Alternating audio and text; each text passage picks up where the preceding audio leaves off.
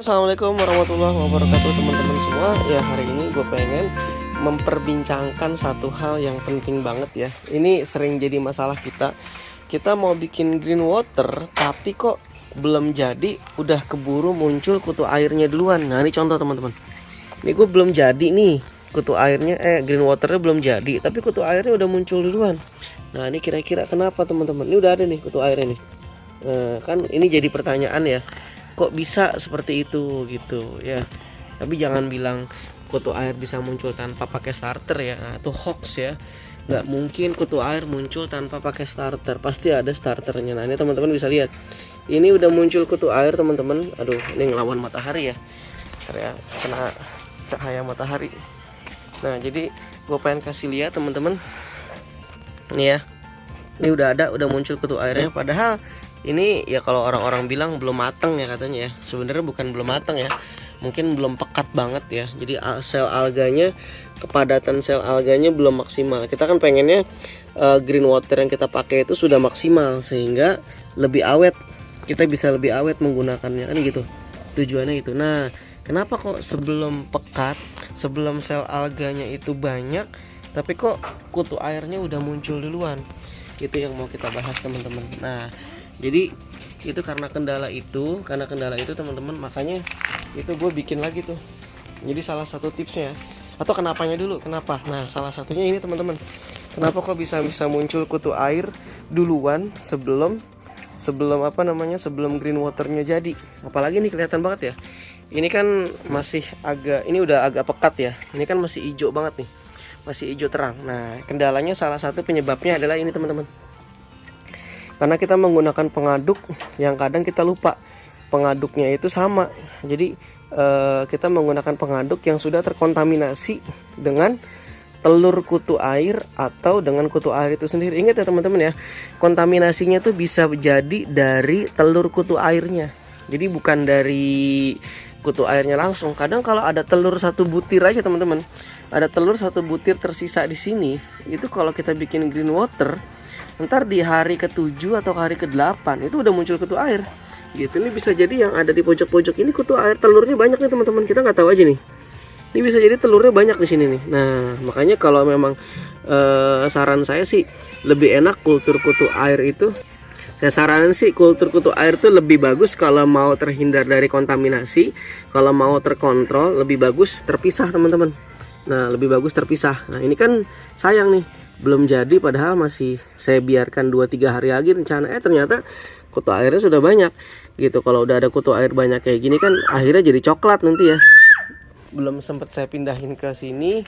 Nah, akhirnya udah coklat duluan. Jadi mungkin lebih bagus tips dari saya ya untuk menghindari hal yang seperti ini.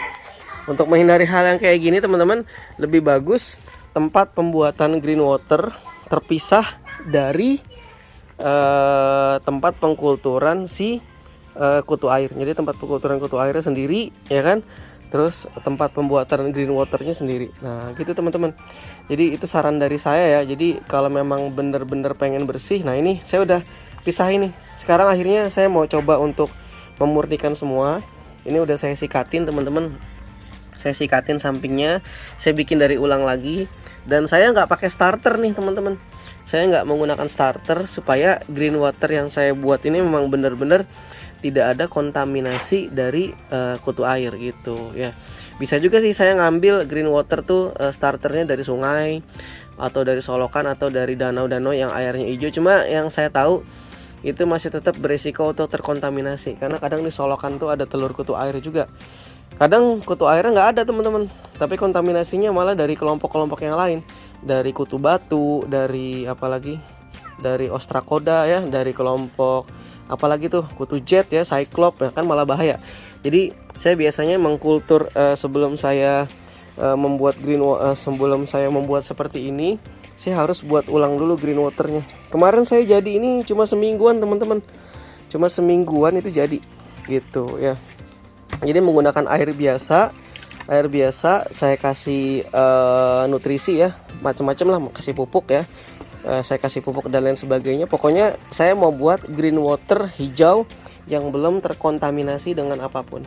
gitu. Jadi ini saya pengen bikin green water dari awal lagi, mungkin paling lama jadi 2 minggu lah gitu. Kalau lagi cahayanya lagi terik itu mungkin jadi sekitar ini, jadi hijau airnya sekitar 2 mingguan gitu. Mungkin agak cepet karena di tempat saya ini mungkin banyak spora alga ya, samping saya sungai ya, mungkin banyak spora alga berterbangan, jadi akhirnya jadi starter dan nempel di sini dan akhirnya jadi hijau.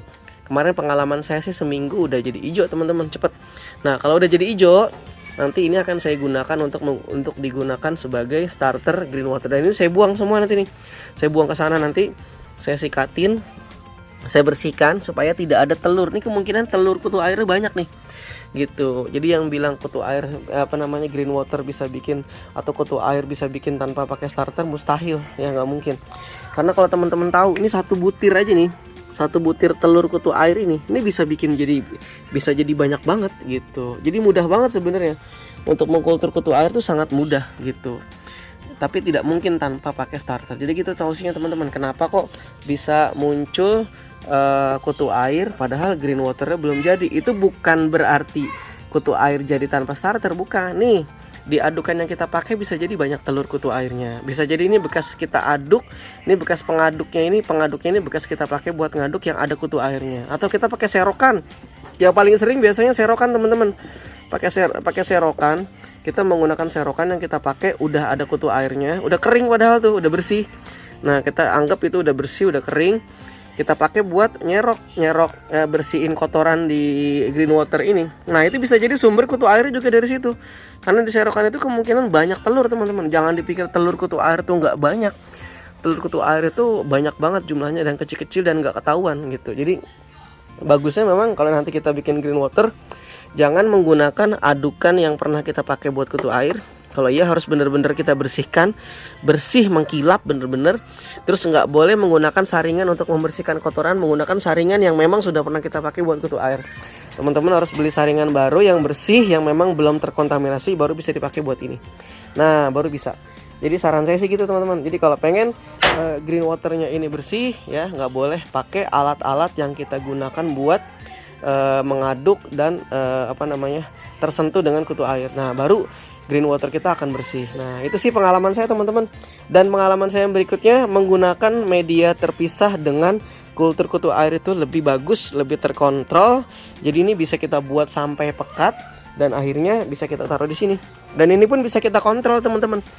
Kita nggak ribet, satu tempat aja yang agak luas sedikit ya kan. Kita bisa kontrol hamanya di sini. Kemungkinan udah ada serangga air nih. Saya bisa kontrol, tapi lebih mudah karena cuma satu. Gak terlalu banyak gitu. Semua kita pusatkan di sini. Kita lihat di sini. Kita bisa lihat ketika moinanya udah agak berkurang. Nah, berarti kan ada masalah nih. Oh, ada masalah nih. Di mana nih? Nah, kita bisa ganti airnya. Jadi menurut saya dengan menggunakan seperti ini media dan tempat pengkulturan kutu air yang terpisah, itu lebih bagus ya, lebih bagus karena bisa kita kontrol. Dan ini menurut banyak penelitian ilmuwan sih yang udah pernah ngelakuin ini lebih bagus gitu. Oke gitu teman-teman ya, itu mungkin tips dari saya supaya green water yang kita buat itu bisa pekat ya kan. Itu caranya kayak tadi gitu. Oke, terima kasih, semoga bermanfaat. Assalamualaikum warahmatullahi wabarakatuh.